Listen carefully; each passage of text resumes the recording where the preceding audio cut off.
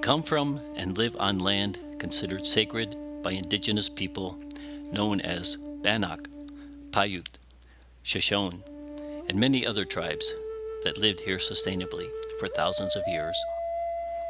We strive to understand and reframe our responsibilities to land, to community. In the spirit of respectful reciprocity, we honor the original caretakers of this place. We affirm the relationships we have to each other, including our relations to animals and insects that inhabit the water, land, and sky.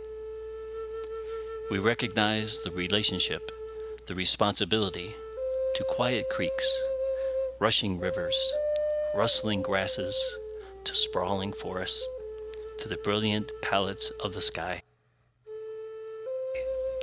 to the roots that grip the soil, to the earth beneath our feet. Water is life. To all of us affected by the boarding school revelations, may we be granted compassionate understanding. May we find healing in the harm that lives in our history. We honor and support the right to sovereignty for our indigenous neighbors. We acknowledge that a land acknowledgement is not enough. Now, let us breathe together. Let us take a moment to enjoy the delicious air, the oxygen provided by tree. Hold to the warm light of sun. Consider the solidity, the groundedness of earth. Flow with refreshing, life-giving water. Let the mud settle. Find clarity of mind and spirit. Welcome our ancestors. Enjoy this present moment together.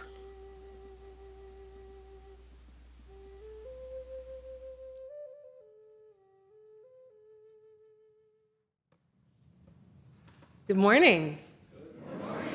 Welcome to the Boise Unitarian Universalist Fellowship. I'm the Reverend Sara LaWall. It is my great honor to serve this beloved community. We are a spiritually diverse, justice-seeking religious community with one great aim: to grow in love. Love of neighbor, love of self, and love for our planet. We want to welcome those of you that we got a little shot of joining us virtually this morning. I invite us all to turn around to our cameras and wave and say hello. And then we can see your faces here on our screens this morning. So we invite you, if you're able and comfortable, to turn your cameras on, switch to gallery view so that we can see you and we can feel the full reach of the beloved community that extends beyond our walls. We are so glad that you are out there joining us this morning. Whomever you love, however you identify, however you pray, wherever you are on your spiritual journey, you are welcome here. If you're curious about our fellowship or Unitarian Universalism, you're invited to join our Inquirers classes, and I'll give you more details about that in a moment. We want to take a special moment to welcome the newcomers among us, those that are joining us for the first, second, or third time. We know it takes a lot of courage to step across the threshold of a new community and find your way in. And so we're so glad that you have chosen us this morning, whether you're online or here in person. We invite you to fill out a newcomer form. The cards are available in our entryways, and we'll put a link in the chat so that we can keep you up to date with all that is happening in our fellowship. And we hope that you'll introduce yourselves in the chat, and also during our fellowship time in the hospitality room after the service, so that we can get to know you better and warmly welcome you among us. I do have a few announcements. As you've experienced, I have more than a few announcements this morning because there is so much happening in this fellowship, so this is a good thing. The first announcement that I want to share with you is just to remind our community that we do have assisted listening devices available inside each entryway here. And they work best on the sides of the room where the receivers are stronger, a little weaker in here. So please feel free to let folks know, help yourselves if ever you need an assisted listening device for the service. They're always here and available to you. I want to express our gratitude for our hospitality volunteers today, Patty Nakaoki and Janet McClenahan, helping serve coffee, tea, treats, and all that makes our hospitality space welcome and wonderful for coffee and conversation. You are all invited to help support this generous hospitality that we offer by signing up just one Sunday. If everybody just took a Sunday, it would be so easy. Sign-up forms are in the hospitality room. We thank all of you who volunteer your time for that effort. And we have a lot of special events happening in our world this month, and we're really excited about them. Tomorrow night, don't miss the Racial Justice Ministry team offering the Indigenous Peoples Day event with Wilson Wiwa, a storyteller from the Confederated Tribes of the Warm Springs. And we just learned that Mr. Wiwa will be live here in person in the North Wing, and we will Zoom the event as well. So if you want to tune in online, you can choose either or. Very excited to be welcoming him tomorrow night. Then Tuesday night, just block out the whole week while you're here.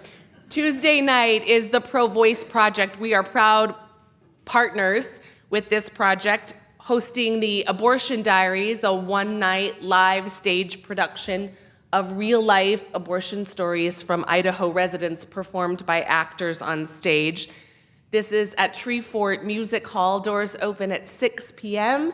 There will be organizations tabling. The bar will be open. It's an all-ages venue, but they do card you. Check for ID if you want to purchase alcoholic beverages. And the show starts at 7 o'clock and will be followed with a Q&A and discussion facilitated by Senator Melissa Wintrow.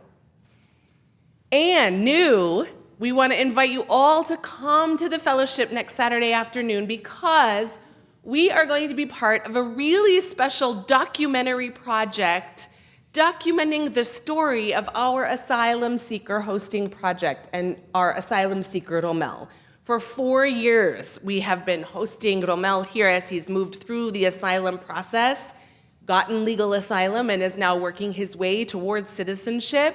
And an organization that is a partner with our Unitarian Universalist Service Committee called Welcome Wednesdays called us up and wants to make a documentary. This is a dream that I've been having for years and years that I've never followed up on. So we're having a little event to get on camera, get people on camera, to meet and greet Romel. It'll be Saturday afternoon, 2 p.m. in our hospitality room. Please know if you come, you will be on camera. And finally, we are excited to be hosting the Reverend Dennis McCarty for his one-person musical, Servetus, the Radical Reformed musical. Sounds just delightfully fabulous, doesn't it? It will be Friday, October 20th at 7 p.m. right here in the sanctuary. We're asking for a $10 suggested donation as a fundraiser for our social justice grant fund. All of the information you need is online, but you can just come on down on Friday the 20th and hear a musical about Michael Servetus. I'm just so excited for this. As you know, each month our fellowship donates 25% of our unpledged plate offering to support a local organization whose social justice mission aligns with our own. And for the month of October, that organization is the Boise chapter of Citizens Climate Lobby. They are a climate organization that exists to create the political will for a livable world by enabling individual breakthroughs in the exercise of personal and political power, working to combat the climate crisis. They do extraordinary work. They're some of the most hopeful people I have ever encountered, which is wild considering they're working on the climate crisis. But it's really lovely to be in support of them, and this congregation has been a real partner with the Boise Citizens Climate Lobby from the very beginning. So we're delighted to be doing that work again this month. The spiritual theme for this month of October is vision. the practice of waking up to God, inspired by the book An Altar in the World by Barbara Brown Taylor. And for the sake of our expansive understanding of the divine in our Unitarian Universalist theology, I've bracketed the words "to God" to invite you to substitute whatever language it is that speaks to your heart. And part of experiencing the theme this month, each week, is inspired by the spiritual practice, the Liturgy of the Hours. It's a practice of prayer and reflection that marks specific times of the day, inviting us to awaken to how often and wherever we encounter or wake up to the divine. So today we honor the divine that exists in the morning sunrise, or prime, as it is called in the liturgy. The whole world at this hour awakes, and we behold the sun glinting off the hills and sparkling on the dew. And if we are fortunate, we allow ourselves the spaciousness. We might experience a vision and come to know in our whole being, in our soul, that we are knit up in a network of contribution and care, seeing the holy in our interconnection, and waking up to God in everything. So as we enter into this time of worship, this time of morning sunrise, this time of vision and waking up, let us take a moment to breathe together.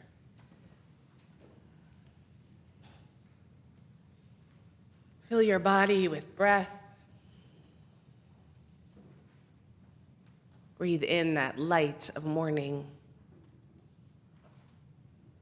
that expansiveness of vision, that invitation to wake up to the divine. Thou art the song of my heart in the morning. Thou art the dawn of truth in my soul. Thou art the dew of the roses adorning. Thou art the woven whole. Thine is the grace to be steadfast in danger. Thine is the peace that none can destroy. Thine is the face of the need-driven stranger. Thine are the wings of joy. Thou art the deep, to the deep in me calling. Thou art a lamp where my feet shall tread. Thy way is steep past the peril of falling. Thou art my daily bread. Thine be the praise of my spirit uplifted. Thou art the sea to each flowing stream. Thine be the days that are gathered and sifted. Thou art the deathless dream.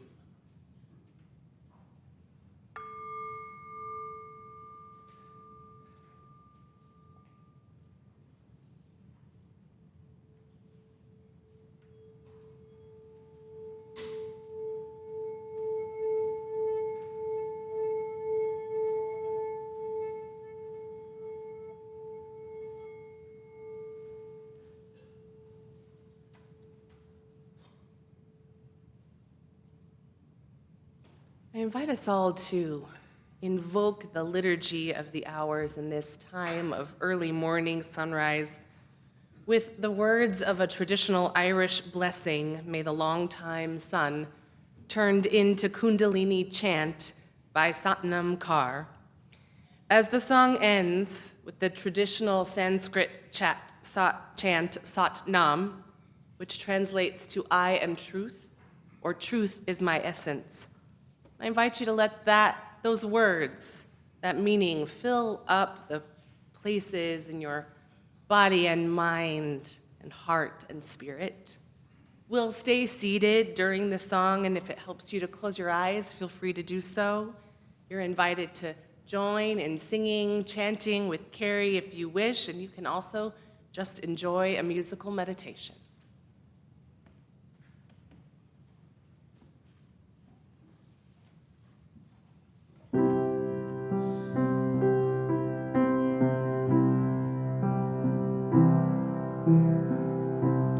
May the long-time sun shine upon you. All love surround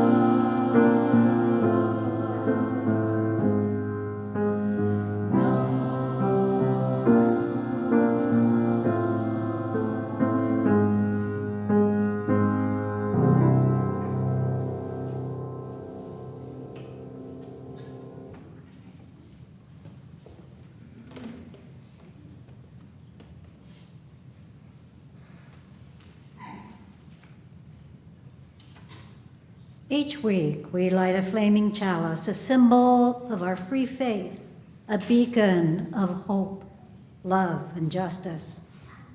We join in this lighting in solidarity and community with thousands of other Unitarian Universalists as they light chalices today in churches and homes and virtual worship spaces, reminding us that we are all connected to one another and to a larger community of faith and love. Today we have a young youth chalice lighter with us. We invite a youth to light the chalice to recognize that the children and youth in our community are about our responsibility to them and about the future that we're building together. As Braxton Tucker lights the chalice here in the sanctuary, I invite those of you in our virtual community to light a chalice if you have one nearby and share in the chat where your chalice is lit.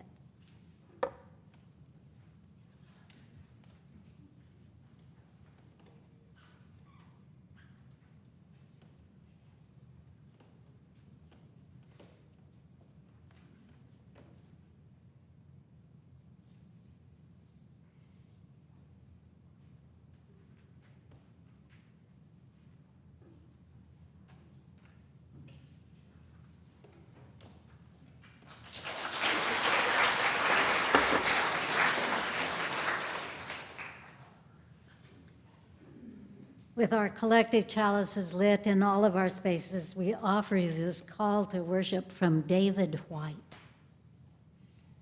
We shape ourselves to fit the world, and by the world are shaped again.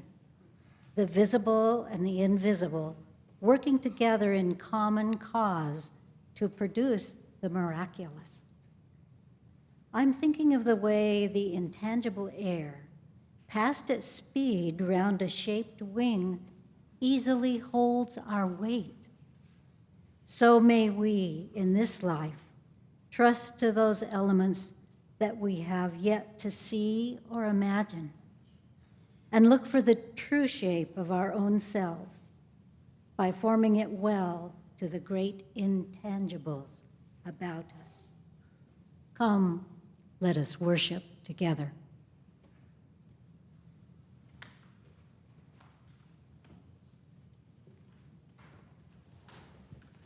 I would like to invite our children to come down front. Young people, young at heart. Not so young people, but you want to come down front. Whomever you are. All are welcome in the front, right? All are welcome in the front.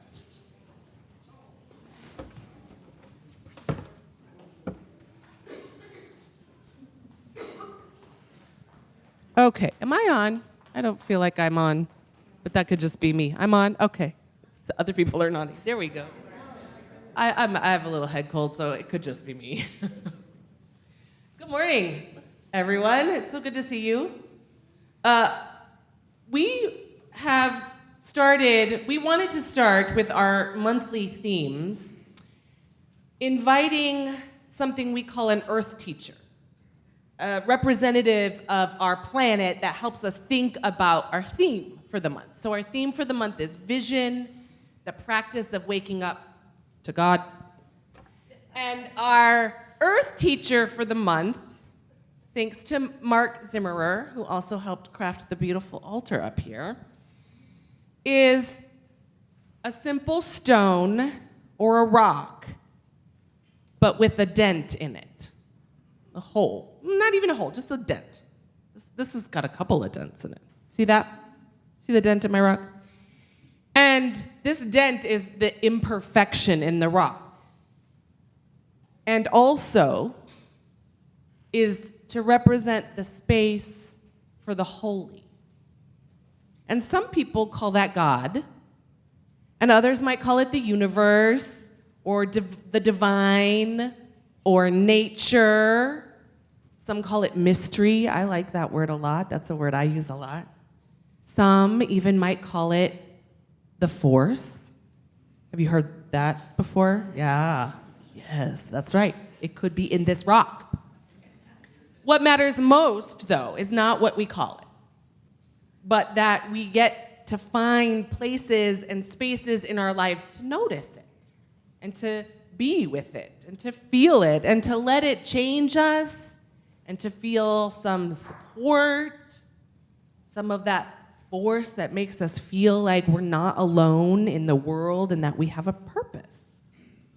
And so whatever we call it, we can trust that it is always with us and always accessible if we make room for it, right? If we find it. So today I have a story for you about how to connect with that mystery, that holy, that force, because I believe we all need that in our lives. That's something greater than us. And this story is called Everybody Needs a Rock. And it's by Bert Baylor, illustrated by Peter Barnall. And you can look on the screens if you want to see some pictures. Everybody needs a rock. I'm sorry for the kids who don't have a rock for a friend. I'm sorry for the kids who only have tricycles, bicycles, horses, elephants, goldfish, 3-room playhouses, fire engines, wind-up dragons, and things like that, if they don't have a rock for a friend. So I want to share with you a few rules, guideposts, about finding a rock. Not just any rock. I mean a special rock that you find yourself and keep as long as you can, maybe forever. And if someone says, "What's so special about that rock?" you don't have to tell them. I don't. Nobody needs to know what's special about another person's rock. Okay, so here are some rules. Rule number 1. If you can, go to a mountain made of nothing but 100 small, shiny, beautiful, roundish rocks. But if you can't, any place will do, even an alley or a sandy road. Rule number 2. When you are looking at rocks, don't let your parents or your siblings or even your best friends talk to you. You should choose a rock when everything is quiet. Don't let the dogs bark at you or the bees buzz at you, and if they do, don't worry. The worst thing you can do is go rock hunting when you're worried. Rule number 3. Don't get a rock that's too big. You'll always be sorry. It won't fit in your hand right, and it won't fit in your pocket. A rock as big as an apple is too big. A rock as big as a horse is a lot too big. It's just good. Okay, Beckett, it's your rock. You can have the horse rock, okay? Rule number 4. The size must be perfect for you. Yeah, It has to feel easy in your hand or when it's next to you. When you close your fingers over it, it has to feel jumpy in your pocket when you run. Some people touch a rock 1,000 times a day. Imagine if you had one in your pocket with you all the time. You would just touch it all the time, all day long. There aren't many things that feel as good as a rock if the rock is perfect and the size of a horse. The shape of the rock is up to you. There's a girl in Alaska who only likes flat rocks. Don't ask me why, I like them lumpy. The thing to remember about shapes is this. Any rock looks good with 100 other rocks around it on a hill. But if your rock is going to be special, it has to look good all by itself in a bathtub. Always sniff a rock. I can't smell anything today, so I don't know if my rock has a smell. Rocks have their own smells, though. Some kids can tell by sniffing whether a rock came from the middle of the earth or from an ocean or from a mountain or where the wind and sun touched it every day for 1,000,000 years. You will find out that grown-ups can't tell these things. It's a shame for them. They just can't smell as well as kids can. Rule number 7. Don't ask anyone to help you choose your rock. I've seen a lizard pick one rock out of a desert full of rocks and go sit there alone. I've seen a snail pass by 20 rocks and spend all day getting to the one it wanted. You have to make up your own mind. Only you will know. So those are some rules or guideposts. And if you think of any more rules, like your rock has to be the size of a horse, you can write them down because they're your rules. So that is the end of that story and our rock. And friends who like the story, you can support our local independent bookstore by going to Rediscovered Books and purchasing the story for someone in your life. Finding your own special rock is a lot like finding the Force or the Holy or God or whatever you want to call it. It's a very personal experience and personal decision. So I'm going to let you have a moment to find a rock for yourself this morning. Oh my gosh, that's heavy. I have a basket full of rocks, so find the one that's right for you. I'm sorry there aren't any rocks the size of horses in there. Next time. And here's the invitation. While you're digging for your rocks, friends, make sure it's good if you can find that one with the dent, right? Remember, we need space for the Force to show up, for the Holy to show up. Carissa, I'm guessing you brought that with you, or did you find that in the bin? Okay, good. Well, I mean, it's beautiful, beautiful. I'm surprised that we would have that one in the bin. That's a gorgeous rock. It's a very fancy one. So last Sunday, we heard about the beautiful altar that was here to help us think about the theme of vision, inspired by Thich Nhat Hanh's invitation to half smile when you first wake up in the morning, and that maybe you can hang a branch or some other sign or even the word smile. So this serves as our altar, and throughout this month, friends, you are invited anytime you're here, it doesn't have to be on Sunday, any Sunday before or after the service, to bring something that you would like to put that expresses your vision, your idea of the Force, or waking up to God, or whatever is inside that bracket for you. Okay, friends, do you have a rock yet? That's not a rock, but that's nice. It's extra things in there. Now, here's the thing. I'm gonna invite you to do a thing. You can take your rock home, and that's totally fine. But if you would like to come and put your rock up here on the altar, then you can do that. So if you have a big rock, it might need to just be down on the floor. But if you have a small rock, you can just put it up here. This is a reminder, right, that the rock, my rock, with its dent, with space for the Holy, is being held by our whole community and by the beauty that surrounds us in the world. It's going to live right there for this month. So if you would like to do that, come on up and do that. As we do that, I will invite all of us to sing our community blessing and invite our... You can put something else up there too, that's totally fine. Invite our children to head off and our youth to head off to their religious exploration spaces. Let's sing together.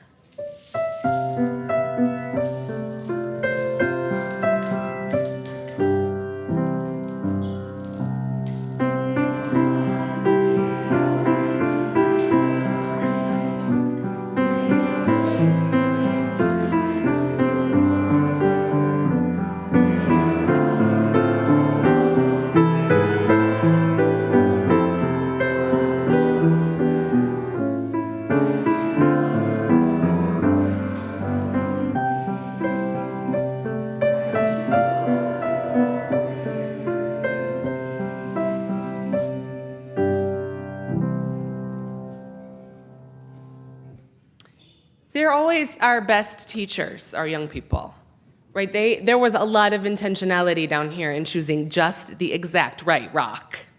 And so, because we're Unitarian Universalists, I handed the basket of rocks off to their religious exploration facilitators for today to say if anyone changes their mind or needs another rock, here they are. It seemed like they didn't quite have enough time to pick the exact right rock for them.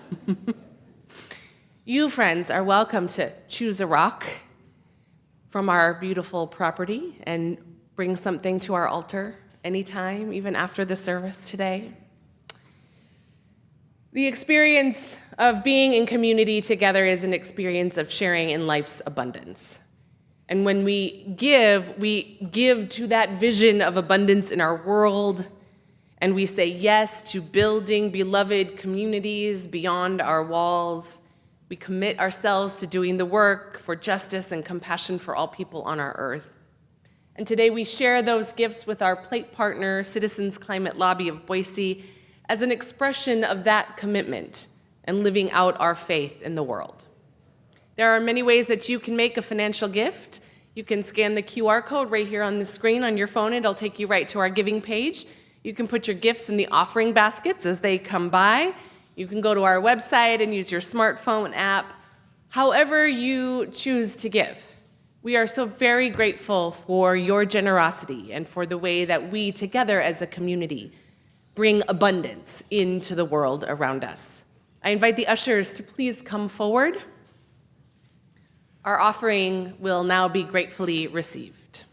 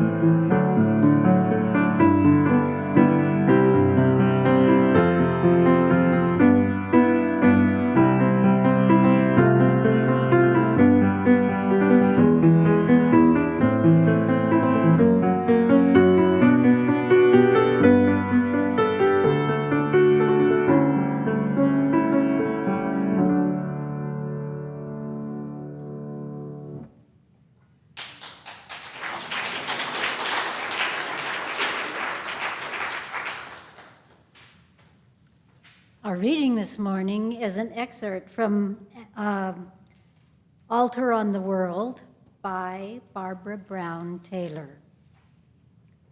If there is a switch to flip, I have not found it. As with Jacob, most of my visions of the divine have happened while I was busy doing something else. I did nothing to make them happen.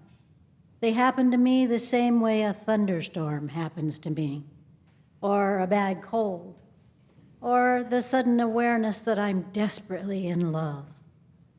I play no apparent role in their genesis. My only part is to decide how I will respond, since there is plenty I can do to make them go away. Namely, I can figure out that I have too much caffeine again. Or, number two, I can remind myself that visions are not true in the same way taxes and the evening news are true. I can turn my attention to everything I need to get done today. Or I can set a little altar in the world or in my heart. I can stop what I am doing long enough to see where I am, who I am with there, and how awesome this place is. I can flag one more gate to heaven, one more patch of ordinary earth with ladder marks on it, where the divine traffic is heavy when I notice it and even when I do not. I can see it for once instead of walking right past it. Maybe even setting a stone or saying a blessing before I move on to wherever I am due next. Earth is so thick with divine possibility. It is a wonder that we can even walk anywhere without cracking our shins on the altars.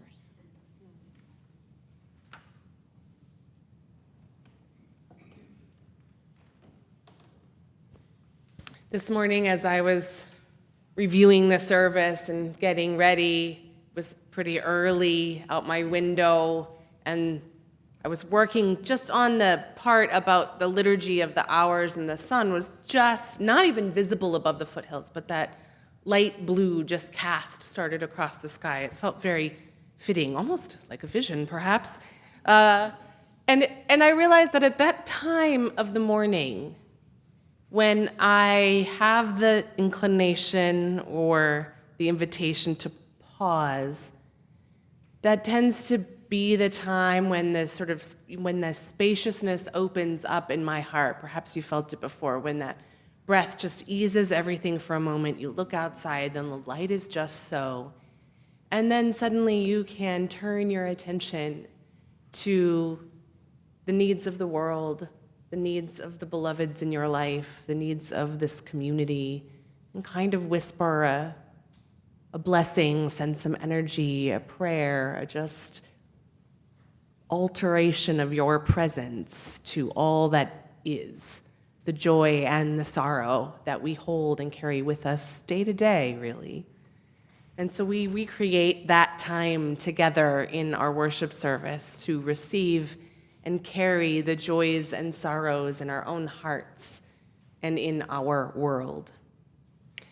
And so I invite you to take a moment and tune in to your own heart, to settle yourself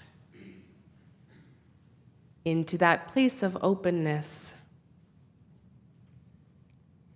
and to speak aloud whatever it is or the names of those that you are carrying in your heart this morning into this space that we might hold them with you.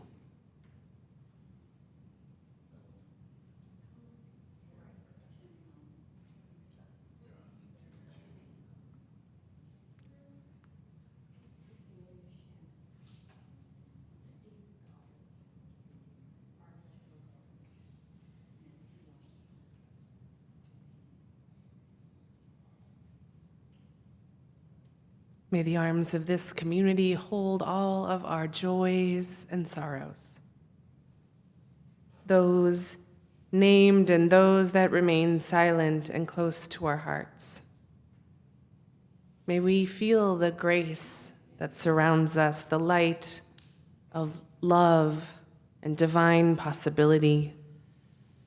and be transformed by that spirit of mystery, with the warmth to celebrate the joys and a gentleness to soothe our aching hearts. Breathe with me.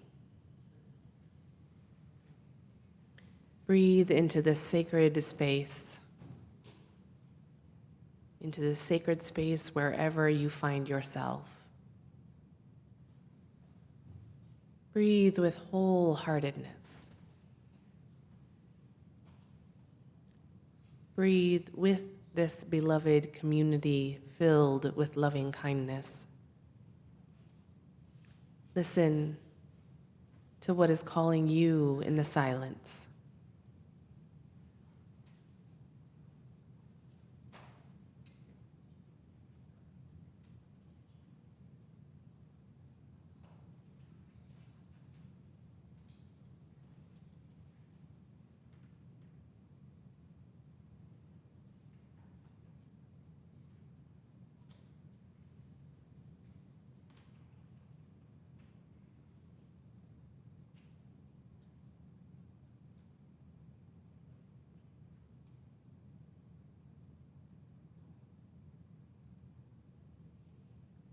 Blessed be.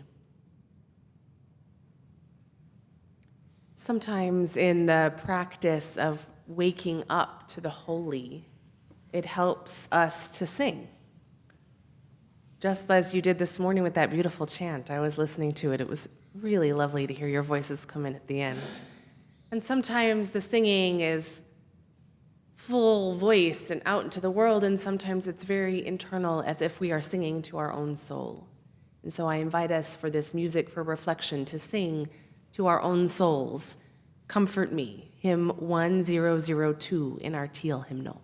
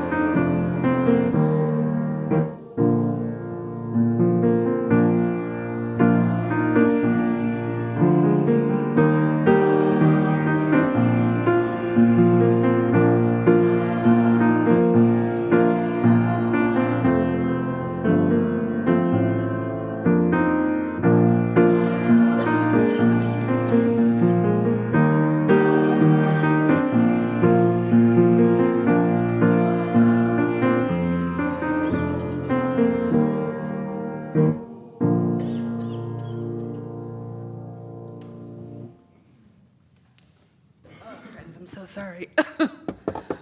I shouldn't have sang. I couldn't help myself.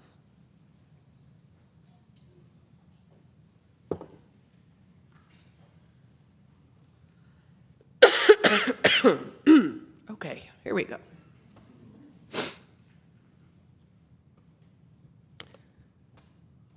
Many sacred texts of the world and stories of religious visions permeate nearly every religious tradition. The Hebrew scriptures overflow with visions. Joseph's dreams, Jacob's ladder and wrestling with the angel. Moses saw a vision of God in a burning bush, parting the Red Sea. Nearly every prophet in the Hebrew Bible had a vision. That really was their role. Siddhartha Gautama, now known to us as the Buddha, or the awakened one, sat under a tree for 7 weeks until he achieved enlightenment.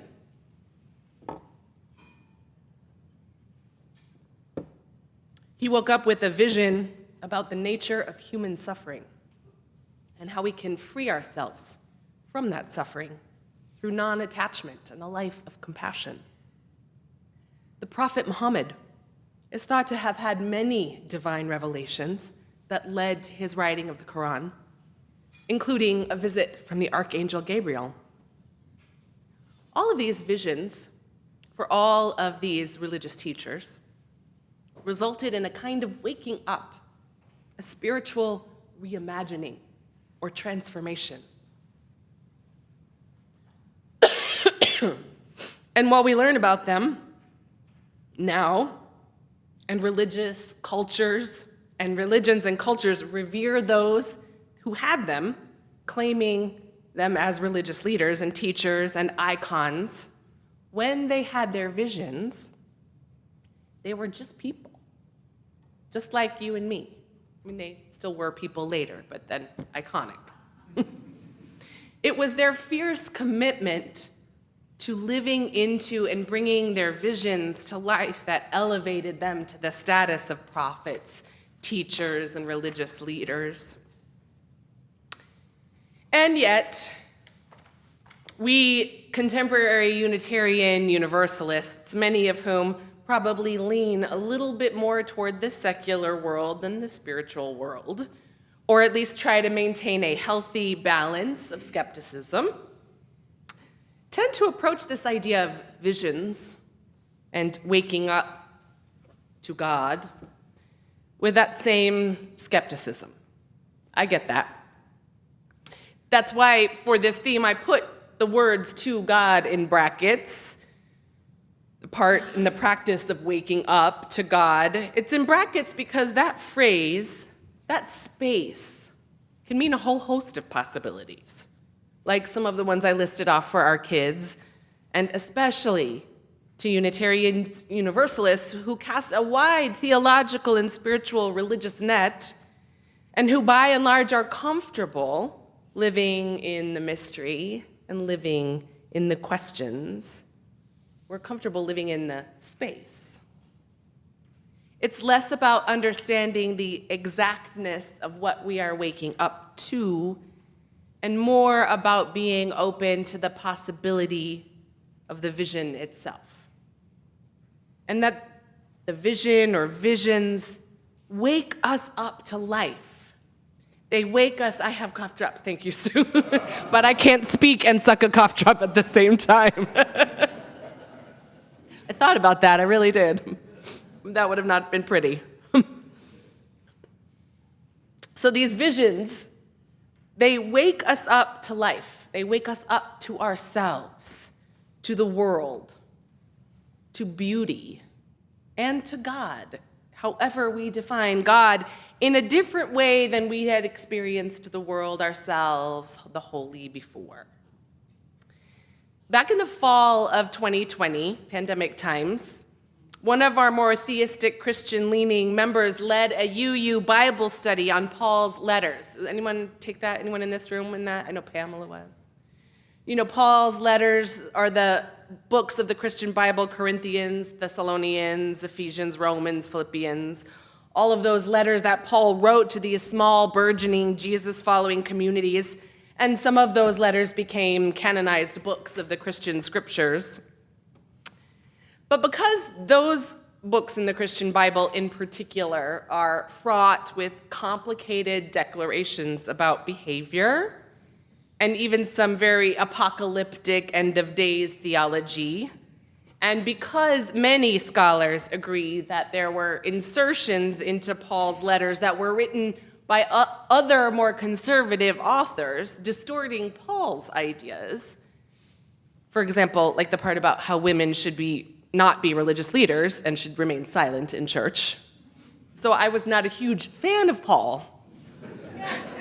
Very skeptical and I was skeptical about how this class would be received. I didn't think anyone would sign up for this class, you Bible study on Paul's letters. I was like, I don't know, you could try. I guess I'll do it. So I set about preparing myself for the class, and in one of the books that was suggested for our reading, which reclaimed Paul as a radical visionary, I was surprised to learn something about Paul's conversion experience on the road to Damascus. So here's the quick Bible lesson here. Paul started out his life as Saul, a Jew, a student of the Pharisee rabbi Gamaliel, and Saul and the rabbi persecuted Christians, and they took part in their arrest and persecution. And one day, on the road to Damascus, Saul had a vision, a blinding light that actually blinded him. And he heard the voice of Jesus, and later was cured from his blindness as if scales fell from his eyes. And he was baptized, and he began preaching the word of Jesus, the word of love to the Gentile communities. That's the short version of Paul's conversion experience. So the scholars in this book suggested that Paul's vision on the road to Damascus might have been the result of malarial fever. And for some reason, I have never been able to let that go. This totally made me love Paul, really, in a way. It ignited my interest. The explanation of his malaria helped me appreciate his vision. Whereas before I would just kind of gloss over, he had a vision and converted and fine. Rather than just chalking it up to that kind of biblical myth and storytelling, it made it more real to me. Because of the malaria, it was easier for me to believe Paul actually had a vision that woke him up to something that completely changed the trajectory of his life. Maybe it took the malarial fever to lower his defenses and then to alter his consciousness in such a way that he was able to see the vision that had always been there. Waking up to whatever we define as the holy, even if it's waking up to your own life, isn't always easy or gentle or fun. It often comes after a great deal of pain and challenge and frustration, or just a lot of hard work.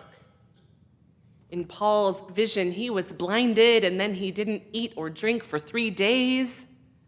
And the same can be said for all of the spiritual visionaries I mentioned at the beginning. They all experienced some amount of pain and hardship and isolation during and even after their visions. Their waking up came in the response to their vision. They didn't just walk right past it. They didn't just chalk it up to malarial fever. They turned their waking up into a practice.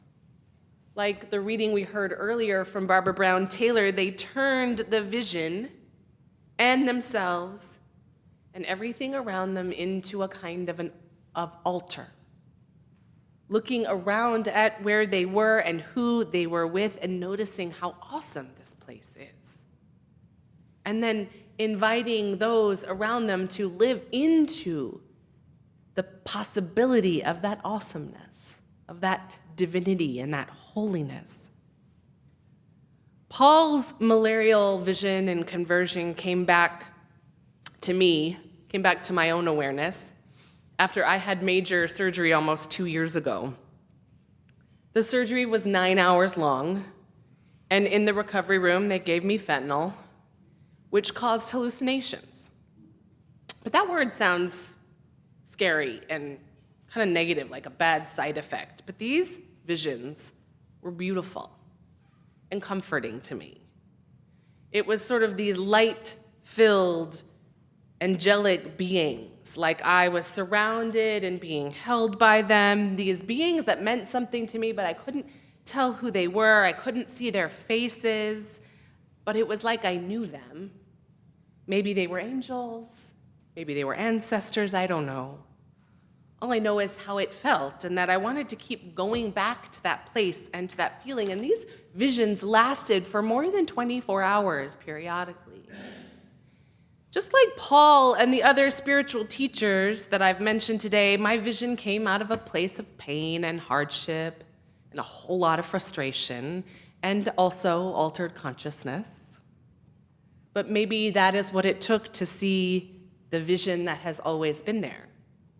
Maybe that's what it takes for any of us to wake up to God or to ourselves or to whatever you put inside your brackets. Like our earth teacher, that dented rock, the space is where the holy lives. However we define that in any given moment. The brackets hold that space. And Unitarian Universalism is filled with stories of people grappling with this idea of vision and waking up to God. This core idea of personal experience, which was codified in the Protestant Reformation and then re-expressed by the Transcendentalists, teaches us how our very existence is part of this gloriousness of interdependence.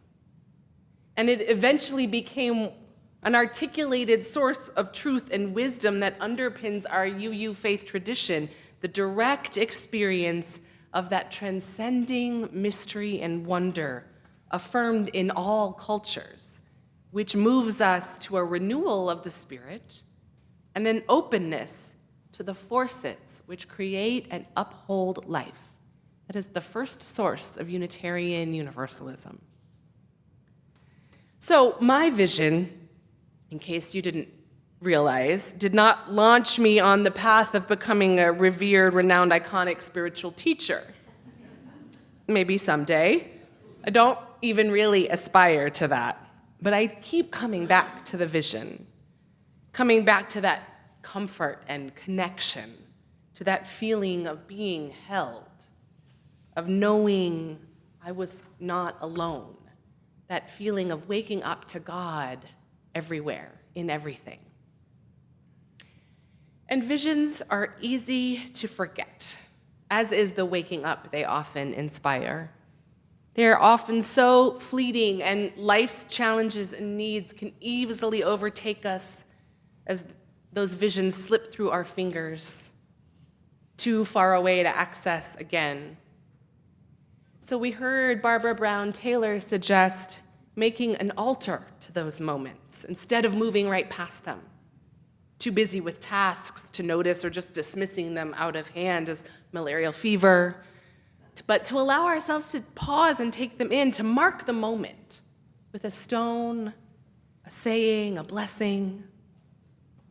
Back in my house, as I was recovering, I set up a small altar on the desk near my window and next to my bed and filled it with cards and notes and art from friends and candles and books and a chalice, all arranged very carefully, as if in the arrangement I could conjure up that feeling and hold on to it and lock it in right there, because I did not want to forget. I never want to forget, and still sometimes I do. But the practice of waking up to the holy, of waking up to God, like everything else that helps us see the world differently and tune into our own spiritual center, that practice of waking up is a constant practice. Opportunities to wake up present themselves on a regular basis, beckoning us to pause, to breathe, to receive, to open our eyes to see that life abounds, and open our hearts to welcome it among us. To remember newly in the hours of the day, in each new day itself, that the earth is so thick with divine possibility. All we have to do is make space to notice it and bless it. May it be so. Amen. I am going to invite us to make some space to notice the earth thick with divine possibility together, inviting you in a time of meditation. With this theme and the inspiration of the Liturgy of the Hours, this seems a fitting practice for us together. So I'll invite you to get comfortable in your chair, breathe, take a few breaths. Now, whether or not you have a vision in this moment, or fully wake up to God, the holy mystery yourself, that's not the goal.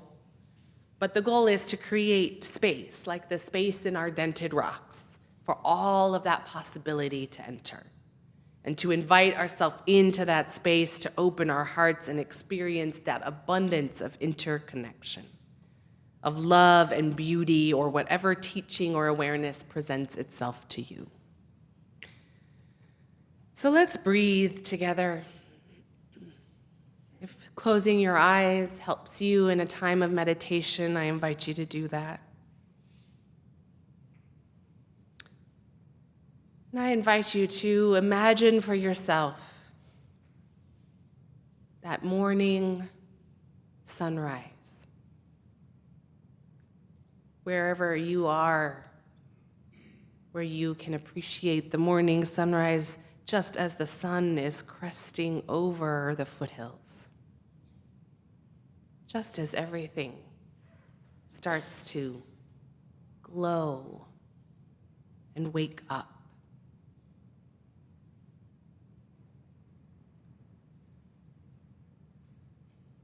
Take in the space wherever you are.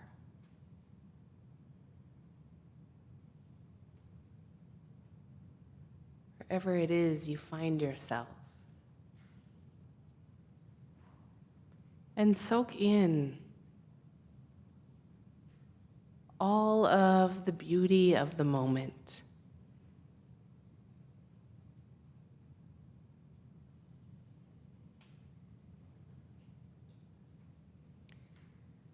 And as you look around you, I invite you to notice 5 things, one at a time, in this morning light. And as you notice them, say the name, say what they are out loud, offer a blessing of your heart or a nod or a hand. And do that to each of the 5 things.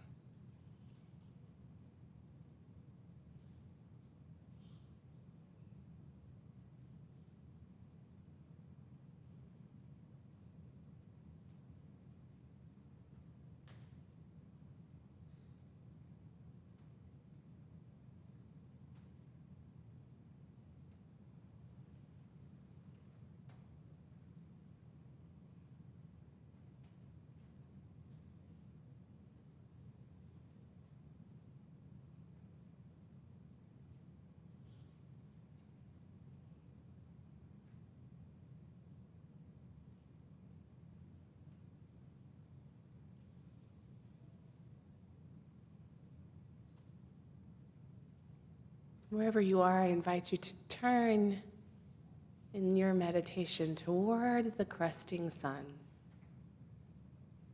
lifting your face to the light and letting the sunlight shine down upon you.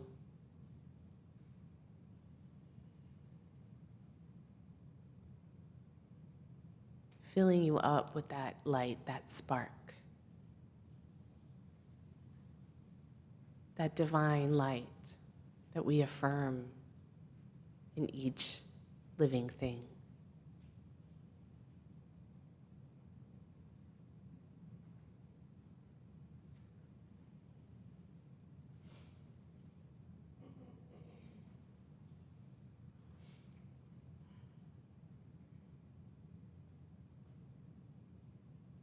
Take a few breaths. Breathe in.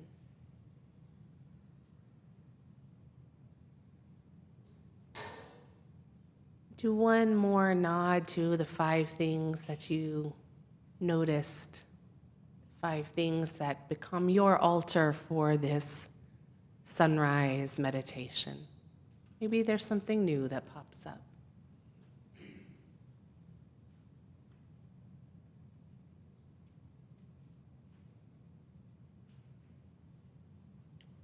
Thank them and bless them. And thank yourself for being present to the beauty and divine possibility that surrounds you in the morning hours.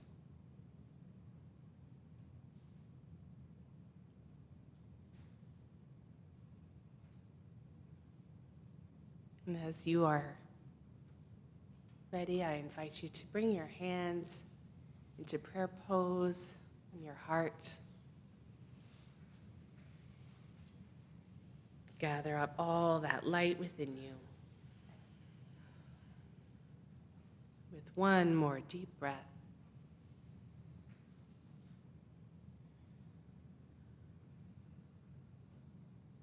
Amen.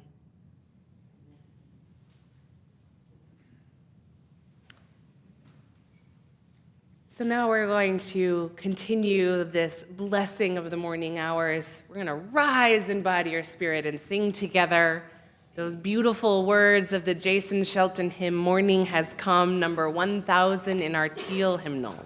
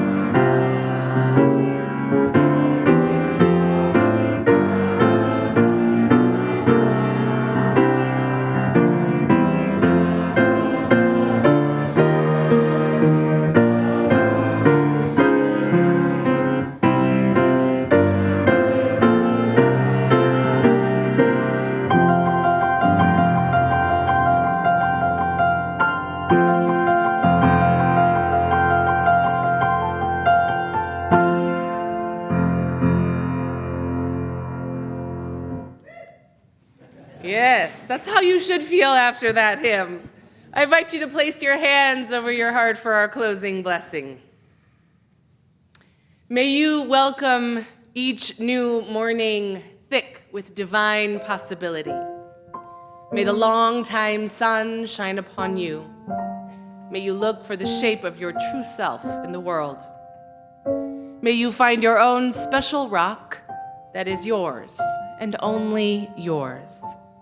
May you welcome visions of the divine like the sudden awareness of being desperately in love, and follow that light of love, guiding your journey home as you practice waking up to.